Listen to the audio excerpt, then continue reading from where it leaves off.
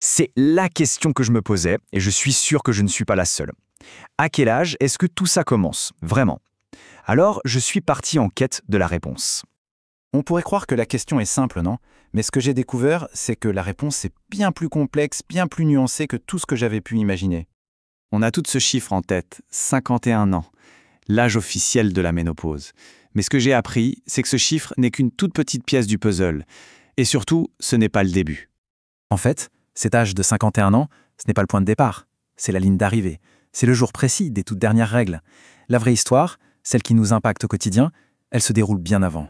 C'est dans cette phase de transition, la périménopause, que tout se joue. C'est un peu fou, non? Elle peut durer jusqu'à 10 ans, alors que la post-ménopause, c'est juste une seule journée. C'est donc cette période-là qu'il faut apprendre à décoder. Donc cette longue transition, elle a un nom, la périménopause. Et elle peut s'étaler sur 2 ans ou jusqu'à 10 ans. C'est une décennie potentielle de changements, souvent un peu chaotiques, et ça méritait vraiment que je m'y attarde. Forcément, la question suivante était logique. Si cette période peut être si longue, comment est-on censé savoir qu'elle a commencé?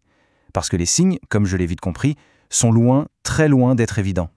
Et là, j'avoue que je suis tombé de haut. Voilà la liste des symptômes possibles. Règles irrégulières bien sûr, mais aussi anxiété, bouffée de chaleur, insomnie, fatigue, trou de mémoire. La liste est incroyablement longue et variée. Pas étonnant qu'il soit si facile de passer à côté.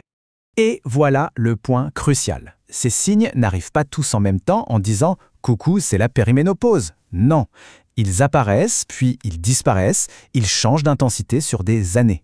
Du coup, c'est très facile de les attribuer à autre chose, le stress, la fatigue, bref, la vie de tous les jours. Et cette idée, elle est fondamentale. Tellement de femmes ne réalisent qu'avec le recul, des années plus tard, que ce qu'elles prenaient pour du surmenage ou de la fatigue était en fait le début de la périménopause. Et parfois, ça commence dès la trentaine. J'ai ensuite découvert quelque chose d'encore plus fou. Il n'existe même pas de terme médical officiel pour un début si précoce. Le concept de périménopause prématurée avant 35 ans est une déduction logique, mais son absence dans les manuels s'en dit long sur les lacunes dans nos connaissances. C'est là que j'ai compris que la question n'était pas seulement une question de symptômes ou de confort, non. C'était bien plus profond que ça. C'est une question de santé à long terme. Et c'est là que tout l'enjeu est devenu beaucoup plus clair pour moi. Cette simple analogie a tout éclairci. L'estrogène agit comme un super protecteur pour le corps. Le perdre plus tôt, eh bien ça veut tout simplement dire que le processus de vieillissement du cœur, des os et du cerveau commence plus tôt. D'abord, le cœur. J'ai appris que la perte d'œstrogène à n'importe quel âge fait grimper le risque de crise cardiaque de manière exponentielle. Le moment où cette protection commence à diminuer est donc absolument déterminant. Ensuite, les os. Commencer la périménopause plus tôt, c'est donner en quelque sorte une longueur d'avance à la perte de densité osseuse, ce qui mène à l'ostéoporose. Et ça, ce n'est vraiment pas le genre d'avance que l'on a envie d'avoir. Et enfin, le cerveau. En regardant les données sur la maladie d'Alzheimer, j'ai vu un lien direct et très clair. Commencer la transition plus tôt est associé à un risque beaucoup plus élevé plus tard dans la vie. Et voici la statistique qui m'a le plus alarmé. Atteindre la postménopause à 40 ans, c'est multiplier par 8 son risque de développer ces maladies avant même d'avoir 50 ans. 8 fois, c'est juste énorme. Pour moi, la conclusion est donc limpide.